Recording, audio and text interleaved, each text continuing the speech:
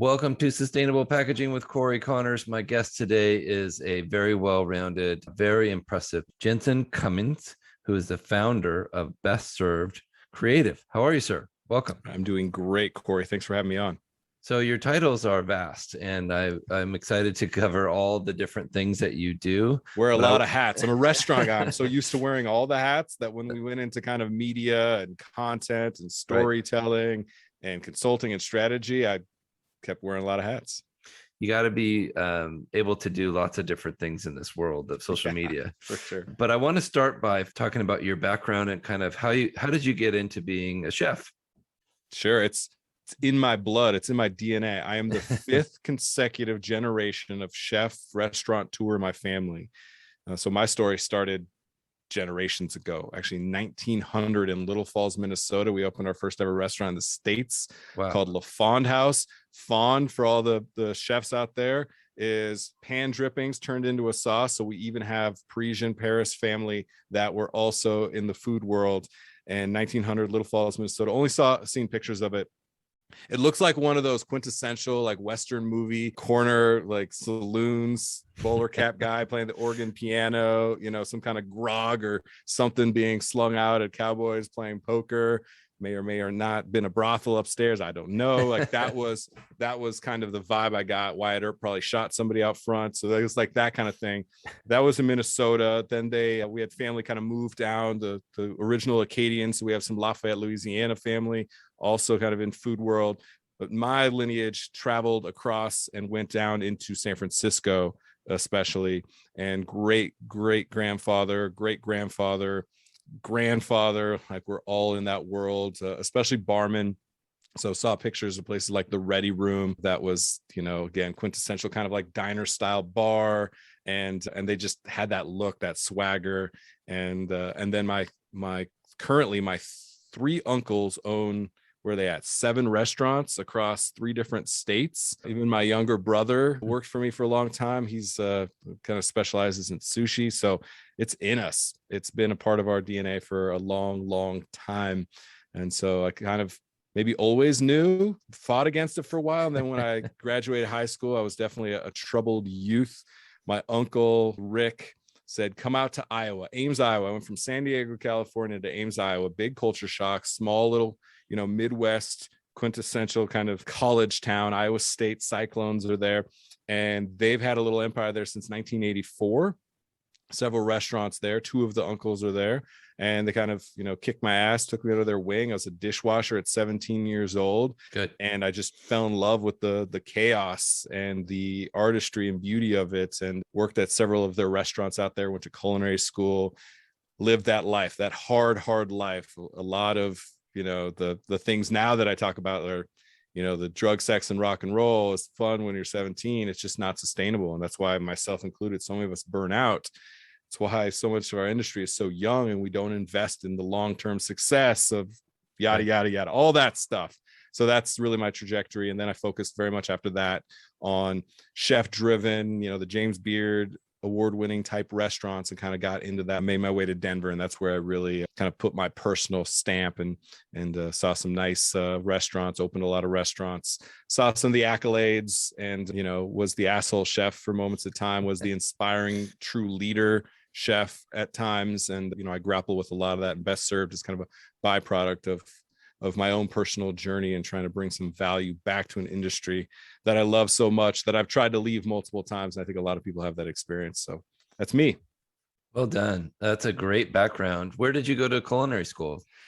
The Des Moines Area Community College. I think it's called like the Des Moines Culinary Institute now. It was actually a really good program. I was surprised. Robert Anderson had that program for like 25 years. He's in the Order of the Toque, which is an old school, like secret society type. A lot of old white dudes, fat white dudes wearing their tall toques, patting each other on the back, Master Chef type stuff. Only 50 ever are included. So somebody has to die, pretty morbid, for you to be able to be accepted. So like the year that I was there, they just got a $2 million grant. And like we got a lot of toys to play with. We got to travel a lot, going to Vegas. There was chefs from France, Saint Etienne, France, in the Lyon region, would come every year. And the year that I was there, They brought their whole families, like 16 of them came. We took them to Vegas, taking French chefs to Vegas. Let me tell you, what happens in Vegas stays in Vegas, especially when you bring a bunch of French chefs there and let them loose on Vegas. So it was a really good experience for me. A lot of great friends came from that. Probably spent too much money to learn what I then had to relearn when I went into restaurants. But, so it's, people ask me all the time, should I go to culinary school? The answer is no, until you make it a good financial decision for yourself in the long term. But I had a good time. That's an amazing story. And, some of the smallest schools in the country are some of the best, and some of the lesser known are some of the best. And I think that's cool that you went to a little college. That's awesome.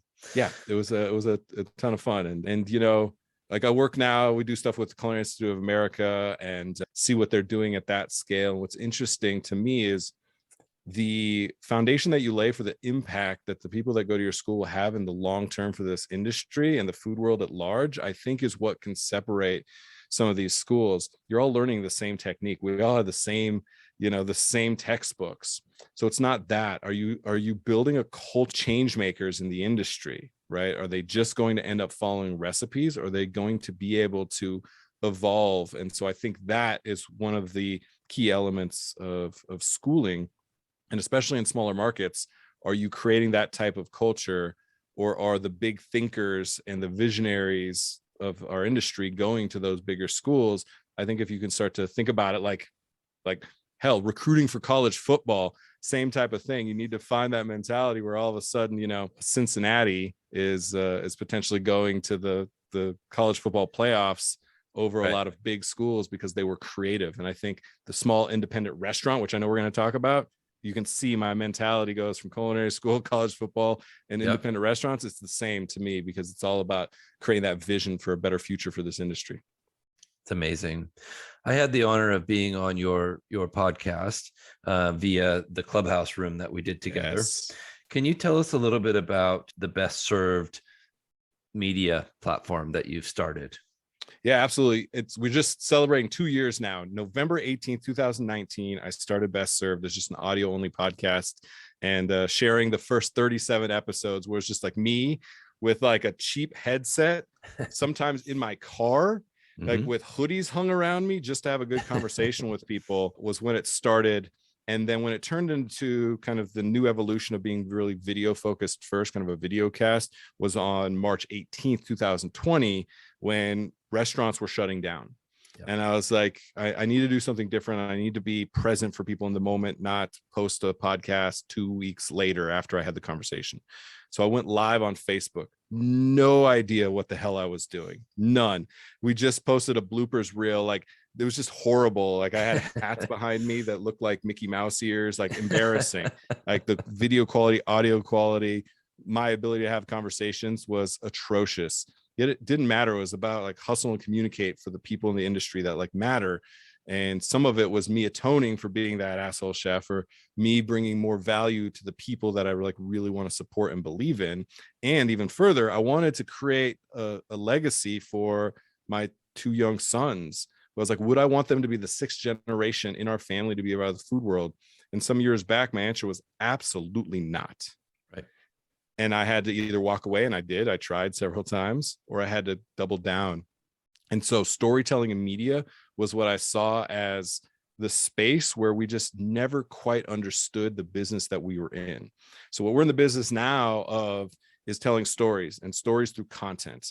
Content equals the unlock for everything you're trying to accomplish. If you're trying to get more butts and seats, if you're trying to get more delivery business, if you're trying to herald the story of how much money you invest in sustainable packaging, if you're spending more on wages, benefits, culture, and education, it's going to be content that allows you the opportunity to tell that story that brings value to what you do in your community, which then has people want to spend money with you. If you want to build your clients for your catering company or your private chef, or you want to sell your technology to it's content. All of it is, you're going to need content to tell that story. So we really focus on that. We do that through watch, listen, and read. So we have video content, we have audio content, we have written content, still images, memes, any way that people are communicating in this industry. We want to be there for them and say, we hear you, we see you, we want to put you on a pedestal. because our mission is to amplify the worth and work of those who feed their community. And that's a complicated thing when so much of our career, my career was all like, I have the value of what I can create with my hands and nothing more.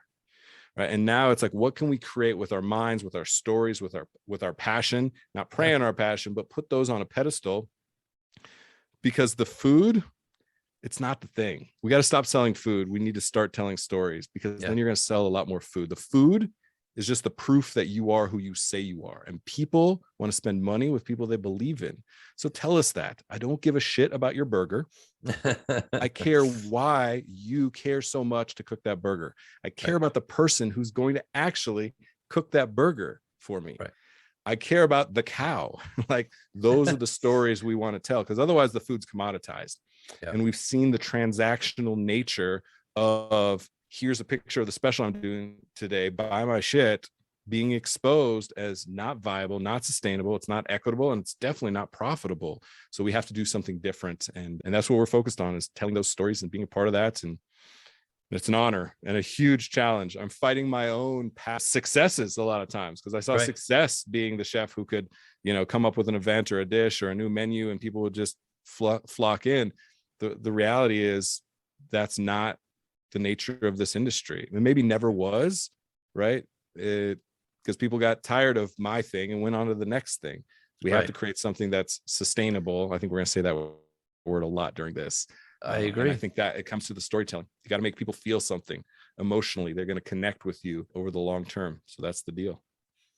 Very true. And, you don't want to be that flash in the pan. You want to be the long-term consumed, partner in people's lives, whether you're supplying their packaging or you're serving them food. And that's it's all about relationships. And we are in the relationship business, Cory. Yeah, we talk about we're in the people business, we're in the food business. We're not. Everybody's in the people business. I don't care if you make metal sprockets, people have to do it. You're in the people business. We're in the relationship business, which is very unique. And no relationship, not one ever, was developed by a product or service. It's always been people, one-on-one, in a group, whatever it is. It's always been people. So if it is a people industry, not a food industry, what does it take to cultivate those relationships? And yes, food is one of the greatest ways to gather people around, to be like-minded, to have similar tastes and interests, to adventure or go home together. Absolutely, food does that. Yet it is just the conduit for that relationship building. So what are you doing to cultivate those relationships, the relationships with your team, the relationships with your business, the relationships with your family, the relationships with your community, the relationship with your customer? It's a mindset shift. We have to shift that mindset away from the transactional nature. We have this like survival mode kind of scarcity mindset. We need to shift to that abundance, invest, and growth mindset. Again, it's going to come through content and storytelling. Right. And there's so many opportunities to develop these relationships. And I think packaging is one that is often overlooked. So one of the reasons I was so excited to have you on the podcast was to talk about the food packaging, to-go packaging, to be very specific, that all of the sudden within weeks became the most important thing in a restaurant's life. Some of them went under, many of them, unfortunately, because they couldn't figure out how to translate what they do in-house to go experience that was viable for still building that relationship. But can you speak to that? Can you tell us, what did you do for your packaging, and how did you keep it sustainable in all of that? What I think is hard about this is I had a lot of conversations with chefs that reach out to me, and over the years, obviously I'm not, in the kitchen, in the restaurant anymore, spent hundreds of thousands of dollars on packaging and never quite understood my responsibility and my opportunity in that. And so I had a lot of conversations with chefs that were like, my food just doesn't translate to go. It's like, you better figure it out, because that's where the market is. And we romanticize, rightfully so, it's amazing, we romanticize those butts and seats. That's what we're focused on. And when they're in front of us, we can really cultivate an experience. Sometimes we have to manipulate that experience, but it's in our control. And we're so focused on those four walls, what happens outside them is immaterial to us. And it's created a vulnerability, because people now especially want to have a relationship with the brands and companies that they frequent in all parts of their life. And so packaging is the same thing. So a lot of people put themselves in a position where they weren't able to make that transition. They weren't able to get beyond their own needs and look at the needs of the people that they were there to serve. And so that was a huge vulnerability. So that, again, is a little bit of the mindset. Obviously, then, man, the frustration for sure felt when you go, okay, finally, we found this packaging and we did the thing and it's crazy expensive and we raised our prices a little bit and we did all the thing, we figured it out and we deconstructed it so it wouldn't be soggy. And oh man, just heads are exploding. I ordered it next week and it's out of stock. Right. It broke my heart time and time again, hearing that frustration. And I said, look, here is now utilize something that restaurant people are really good at. What we're not good at is being proactive. We're very reactive. We stay in the moment, which is valuable. We are very good at the next plate, the next plate, the next plate, that 15-minute cycle, that next step of service, that table turn. So we're very much counterpunchers. So there is strength in that. Yet we forget that there needs to be the duality and the balance of being able to also be proactive. And so I was like, play on that part of the strength that you do have, of being able to roll with the punches. And people in the industry, they can know how to take a punch for better or worse. So take this as a challenge, just like you would if you got triple sat. If you got, 60 covers going down at the same time, you figure it out. You always have. This is the same opportunity. You just haven't been trained on it. Yet the mentality is in you. So figure that out. And then somebody on the team needs to be thinking long term. So that was kind of like the dynamics at play. The financial side, with restaurant industry people, we are horrible at the financial side. We're horrible. I was horrible at it. And I was really good at it by industry standards. Yet we didn't recognize that industry standards are garbage. They're not built for viable businesses. So we need to like reconcile with that and understand that. And again, you're thinking about raising your prices because you've commoditized your own food. You've said it only has a value of $12 to $14. And you're right. That meat and that bread and that cheese and the toppings, they do only have a value of $14. Yet I always think about what I call like the story multiplier. And it goes back to that kind of like stop selling food, start telling stories. We don't value food in our culture. We spend less as a percentage of income on food than almost any industrialized nation in the world. We're always in the bottom 3 in spending on food. We don't value food.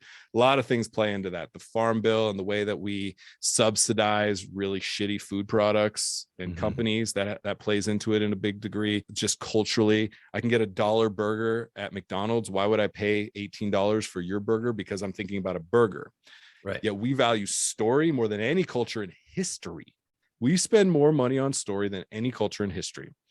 And just look at your Netflix and your Hulu and your Amazon Prime and your Disney Plus and all of it, and the amount of content you consume and 6 hours that you're on social media every day. Binge watch. This is binge watching whatever's up next in the queue. So we value story.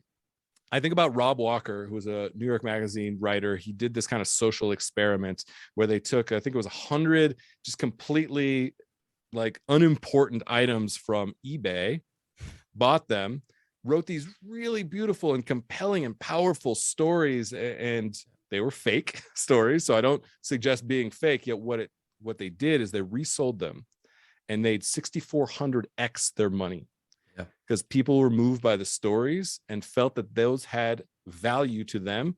And there was like a little like horse head. I always think of the picture of the tiny little horse head. It was like broken off of like maybe like a wooden horse rocking little rocker type thing or something stupid like that.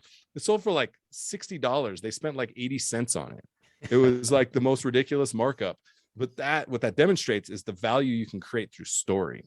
So that's what I really want people to focus on in everything they do. But when you and I are talking sustainable packaging, because I think there's an opportunity to say, we're spending money on sustainable packaging. We're thinking about reusable products. We're thinking about recycling. We're thinking about how we're reducing our footprint. We're thinking about branding. that experience. We're thinking about how we put QR codes on the to-go containers so that somebody can click that to-go container and be taught by the chef how to plate their dish at home, Right. so that they get the best possible experience. How to heat it up. Yeah. You need to really think about that. There's opportunity there. And there's definitely people, myself included, who are saying the poor burger. I always pick on the burger. I'm looking at two different burgers, two different pizza places. I like them in equal measure to some degree. And one of them is using sustainable packaging, branded better, and they have that interactive hospitality, what Sean Walchef at Cali Barbecue calls digital hospitality, and is interacting with me in my own home. I'm going to spend $2 more on their burger than I will on yours. Right. And if you're packaging in styrofoam, then I probably never am going to order from you, except I have to tell on myself, Cory. I still do my favorite pho place, still put everything in styrofoam. And it's like my once a month, just feel horrible about myself, but their pho is so good. I just wish I could. I've asked them a couple of times. I was like, you guys need better packaging. They're like, we're a pho place. Like, we don't care. Nobody cares about us. And I was like, I care about you. But yeah, consumers are making decisions based on that packaging. You may just not hear about it, but you'll feel it in the upside or downside of that financial relationship. And there is a guilt feeling for a lot of consumers when they have to, because we want to eat, we need to eat. It's part of the daily life. We've got to go to lunch, and maybe this is the only option. I've got a place near me that only does styrofoam, so I'll only eat there now if I can help it. But I remember that story of the guys that were reselling the cheap items and then writing a story about them. I just read about it a couple of weeks ago. My question is, did they give those people their money back? That's a great question. I thought, you guys are scammers. That's really good. I hope they donated to charity. I hope so too. Would be my guess. Oh, I love that. Yeah, that's why I do kind of say, don't be full of shit. Don't lie to people, because we also have done that in restaurant industry. We've painted this rosy, beautiful picture, and that's not the reality of it. And so I think the more real we are with people, like, people want to hear the struggle that it took to get me this food. Like, you fought for me. You fought hard, both with time, effort, money, and you put your name, reputation, your brand on the line. I'm here for that. And I think a lot of people are here for that. So, like, show me that side of what you're doing. Tell that compelling story. Don't lie to me, because we can see through that pretty quickly now, as we have all become very media savvy, even though fake news still is very prolific and all that. I think on the food side, when we're making consumer choices, we're starting to know that we have some avenues to understand when people are being real with us. So make sure that you're real with people. That's a great question, though. I don't know if they got their money back. Did they expose? Like, did they end up, saying, "Damn it, I was totally that donkey. I felt for it." It's a big question. Yeah. You mentioned reusable packaging, which is one of my favorite concepts for sustainable packaging. Do you think customers or restaurants can use reusable packaging on a consistent basis? Is that feasible?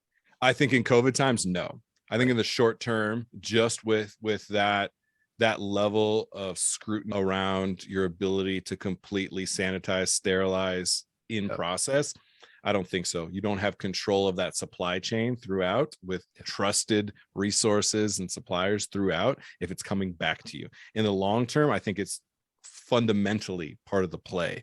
I think I mentioned this in the podcast too. I just watched a movie recently as I was binge watching something on Netflix, being a good American, and went into a coffee shop and gave them their own mug, and they made their drink in the mug. And I just had this moment, like, you weren't even supposed to see that, but it was a movie made in Europe, and they clearly do that. It was just like, that's how we're going to shoot this scene, because that's what would happen in this coffee shop. And so it was really interesting. I noticed it, and all of a sudden I started doing a bunch of math. I started doing everything that I do. Like, how would I tell that story? How would I get people to buy into the idea of that? And I definitely think that there's a shift towards that. It probably is pretty generational. Unfortunately, I think it's going to take people who that's a native practice for them, because it's going to be a very difficult practice to overcome. So I think that's kind of maybe phase 3 or 4 of this, the first thing is to shift the materials and the sourcing and the production and the purchasing and the supply of these. I think we eventually get to that space where there's absolutely reusable. And I think some of the shifts in the models, Cory, that maybe aren't getting discussed kind of when you all in your world of focusing on sustainable packaging, is the model of sit down in my restaurant, order what you want and pay this. There's going to be some different models. There's going to be subscription models to restaurants. Yep. There's going to be buy tickets to an event, but the event is just your dinner. So there's going to be some different models. NFT maybe. Yep. I absolutely think you're going to have NFT tickets to that dinner because that dinner was so memorable, and you're going to have that exclusive, non-fungible token. Yep. And I think people are going to be able to invest back into it. You can add more assets on top of that asset that then create value for you as a restaurant and as a consumer, so that if I got my golden ticket to your subscription to your event, it's mine. I can hang it on the wall, but then also I can utilize that again for the next event, and have exclusive offers through that one portal. I think that's what people don't understand about NFTs. So the model shift is where it's going to happen. That club, that group, that's going to be the group that uses the sustainable packaging, that's able to bring back some of that packaging for the next event, for the next experience. Yeah. I think that's an important way to interact. 100%. Maybe the NFT includes a reusable aluminum tin container, plate with a lid, and it's got your branding, it's got your QR code, that's your NFT. There's so many possibilities there. Yeah, totally agree. That's some quantum thinking that like I'm really really trying. I think again that's 2024 where I can start that conversation with a lot of the audiences that we interact with, that it's coming. And I am such a futurist that I want to lay that out there to say that's out there. That's happening. You have an opportunity to map to that. You need to clearly map to that instead of just reacting in the moment. And then you look around and you don't recognize where you are. And so that's happening a lot. When I think about what you just said, it makes me think about what I call 1K a day.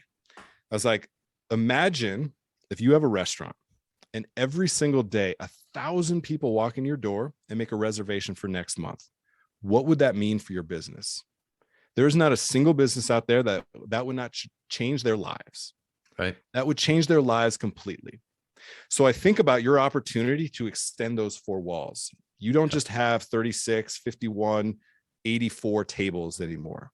You have the potential for 100,000 people in your market, whatever that number is. And imagine if you continuously communicate with them through social media, through content, and you are omnipresent. You are a part of their life. They order to go food from you. They get merch. They go to the events that you're a part of. They come into the restaurant for dinner. They go to the takeout window to get shaved ice, whatever it is. They have multiple ways that the relationship is experienced, not just singular and show up to my restaurant, spend $48 and leave. Right. And if those 1,000 people get to see that content, interact every day, the more interaction you have, the more likely people are to continue to interact with you and to spend more money. It's easier to get an existing customer to spend more money than to acquire a new customer. Yes. And so I think about that a lot. Social media creates the opportunity, content creates the opportunity for you to have 1,000 people to walk in your door, and your door is this little smartphone right here. Right. They can walk into your door every day. And the more they walk into your door, the more likely they are to make that reservation for next month to spend money with you. That's the unlock we're not talking about. And again, the sustainable packaging needs to be a part of that story, that they feel like this is a brand, a company, people that I believe in. Yeah. You're a part of their family. That experience is a family tradition. My parents have a favorite restaurant. It's a steak place. Of course. It's their place. They go there at least once a month, usually more. And anytime the kids come back in town, any birthday is celebrated there, and it's delicious. And it's the same. It hasn't changed in my whole life. I remember it's exactly the same. And it's still delicious. And it's a memorable experience because they do little special things, like they bring you a plate of olives and carrots, and nobody does that. That's a different. They know you, right? They know us. You. That's a thing. And so I like totally that because I think a lot of times in experiences, there's two ways that I look at it. People often are wanting to go home And that for you is going home, that feeling of home, Yeah. or they want to go somewhere they've never been before, right? And be adventurous. And I think the places that have the opportunity for one or the other undeniably, I think do really well. I think the ones that can ebb and flow within that and be clear on what you're going to get when you experience it, you're yet are able to introduce people to both and introduce somebody to somebody else's home. I think then becomes the reality of it, because it's only scary and foreign until it's not. And then it's just like, wow, now I was introduced to somebody else's culture. So I think there's something unique there as well, that the restaurant industry is very uniquely positioned to be able to do, unlike almost any other industry, is the ability to introduce people to their culture, thereby other culture, I think is very powerful. That's an incredible way to think about it. I love that. Yeah. It's, if you don't feel comfortable, if you don't want to go back, that you just won't. There's other choices where you are happy, where you are comfortable. Way too many choices to not be able to clearly have that value proposition. Yeah. I live in Portland, Oregon, where there's lots and lots of great restaurants. I'm very fortunate to live here. Love Portland. Keep Portland weird, man. Yes, sir. But everybody's got their famous burger, all the breweries do. It's a thing. So when you said that, I thought of Ecliptic Burgers here in Portland, Oregon. Their burgers are incredible. So, and their beer is incredible. Portland is incredible beer scene. I can just there was a time pre-COVID, like so many things, where I would like make sure to make it out to New York and or Portland like every single year. And basically it became, I would just go to Brooklyn because I just love Brooklyn and literally would just go to Southeast Portland.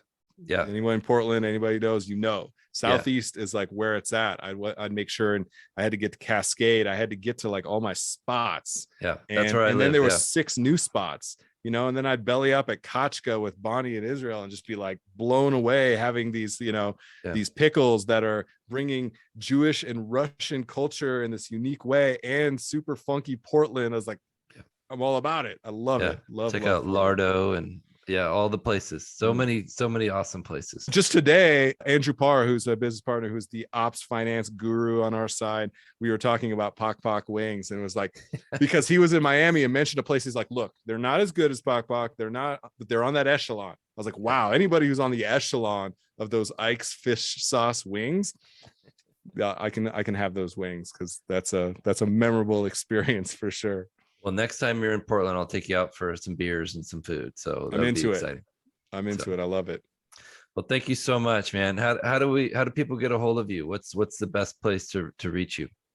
Yes. Anywhere that you consume content, you will be able to find us. If you're on Instagram, if you're on LinkedIn, if you're on YouTube, if you're on Facebook, if you're on TikTok, you can find us. Best Served Podcast is the way that kind of everything is branded there.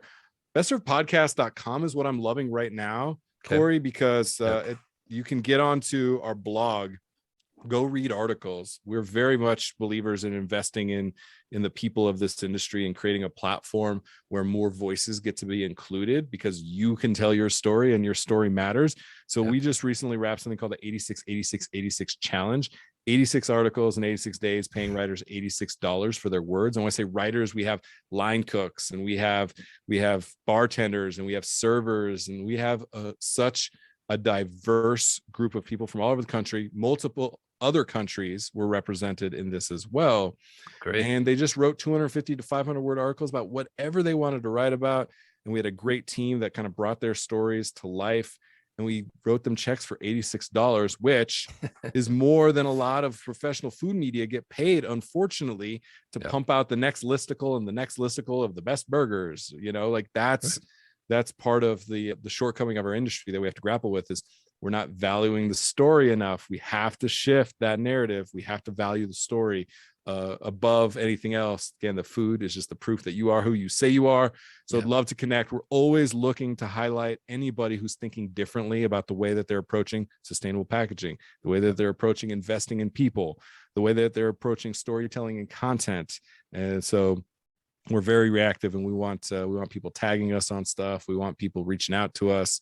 We find ways to get people who are doing the right thing and believe in building this industry into something that's equitable, profitable, sustainable, we find ways to get them on a pedestal. So appreciate this opportunity to do so, and to interact with your audience a little bit, because I know you got a great audience that are forward thinking, and you have to be forward thinking. To sustainable packaging is a difficult terrain on all sides. So I really appreciate the leadership that you show, Cory. Thank you, sir. It's a battle for sure. I mean, we're trying.